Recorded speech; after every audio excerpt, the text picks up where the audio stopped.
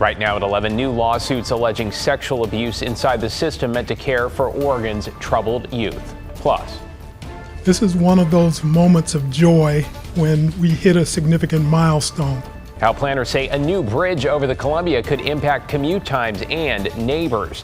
And later, history is on the line in Friday Night Football as a longtime coach since 1987 attempts to shatter a statewide record.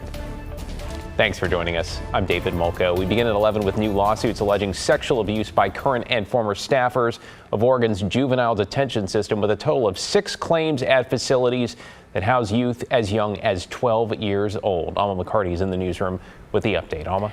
David, each of the lawsuits, the last 3 filed just this week, allege sexual abuse between 2018 and 2022. And the attorneys for these 6 victims tell me they believe there are more. It's taken tremendous courage for each of these plaintiffs to come forward with their story. And Portland attorney Nora Van Duzen says it started with a complaint from one person who'd once been incarcerated as a minor at an Oregon Youth Authority facility. We were able to begin an investigation and to really wrap our heads around how widespread the sexual abuse was at OYA institutions. One of those institutions, McLaren Youth Correctional Facility in Marion County, which housed teenagers and young men up to 24 years old. Any sexual contact between youth and staff at a facility is sexual abuse. Full stop. Now Van Duzen and her team have filed a total 6 lawsuits against current and former staffers in Oregon's juvenile detention system for alleged abuse over a 4-year period. 4 of the named defendants are accused of sexually abusing plaintiffs, and the other 11 accused of failing to report known abuse. A staff member gaining the trust of the youth by giving them contraband, by singling them out for special attention, by isolating them. In a statement, a spokesperson for the Oregon Youth Authority wrote, in part, "The conduct alleged runs completely against our values and commitments to our youth, and we will continue to swiftly investigate and take decisive action when individuals undermine our work." And tonight, the Oregonian and OPB report 2 of the former workers have been criminally charged. The Oregon Youth Authority adds at least 3 employees who were accused of abuse were immediately placed on leave. David? Thank you, Alma. Appreciate that update. New tonight, Gresham police have arrested a 17-year-old after they say the suspect threatened someone with a gun and then brought the weapon to school. The victim called staff at Gresham High this morning, which says it identified the student and moved them to a secure area. The student apparently cooperated, authorities say, and then admitted to police that they were armed. No one was hurt and no word on any charges. To get you caught up on tonight's other headlines now, tonight's home football game at Rex Putnam High in Milwaukee was canceled after a threat prompted a lockdown this afternoon. The district says a student found a message written in a restroom. The Clackamas County Sheriff's Office saying that threat turned out to be not credible. Students were released at the usual time, though, in smaller groups. Sports practices were also canceled. Drivers headed over a new interstate bridge could shave 4 to 8 minutes off of their southbound commutes. That's one of the takeaways from an environmental impact statement just released by planners. Northbound commute times could be even shorter, and light rail trips between Portland and Vancouver would take about 47 minutes.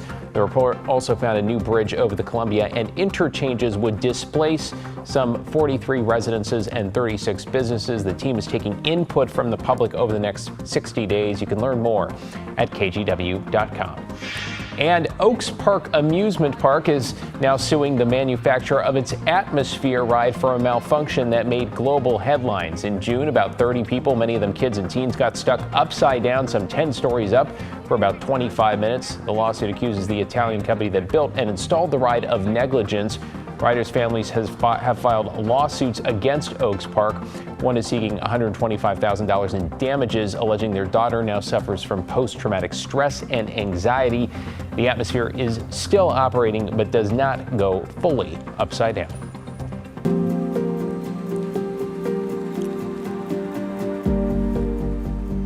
tonight in our ongoing series, we're calling More Than a Number. We're hearing from family members of a woman named LaToya Hill who was shot and killed in Southeast Portland, authorities say, by a friend of the family. That 18-year-old suspect who forced a neighborhood into lockdown for hours eventually turned himself in. A warning here, some of the details are disturbing. Sydney Dorner has our story.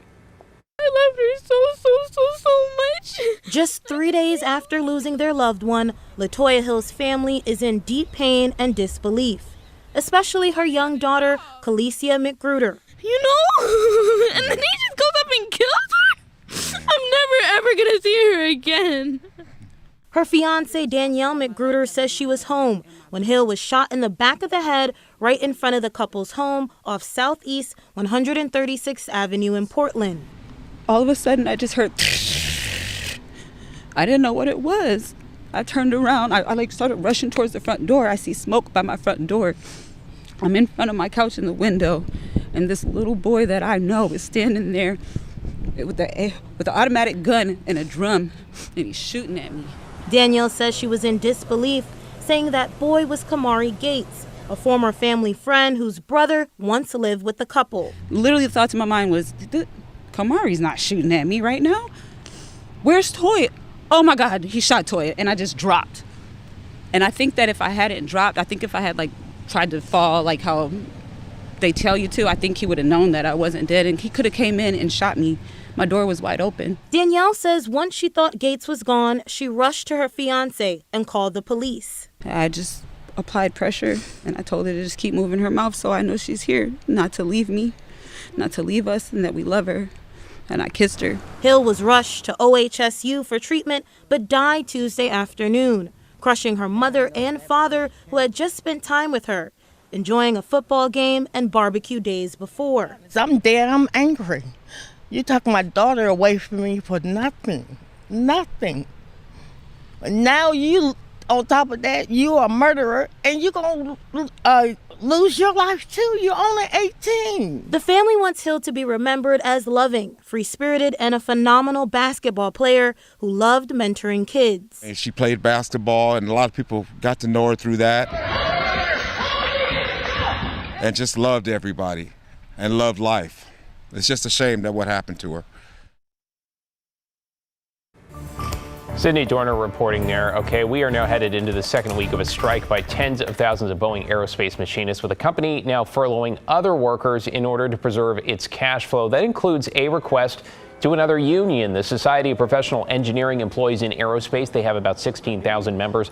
Boeing now asking to include its workers, which was rejected by the union since their contract explicitly prohibits furloughs, though some members tell us they are now worried about potential layoffs.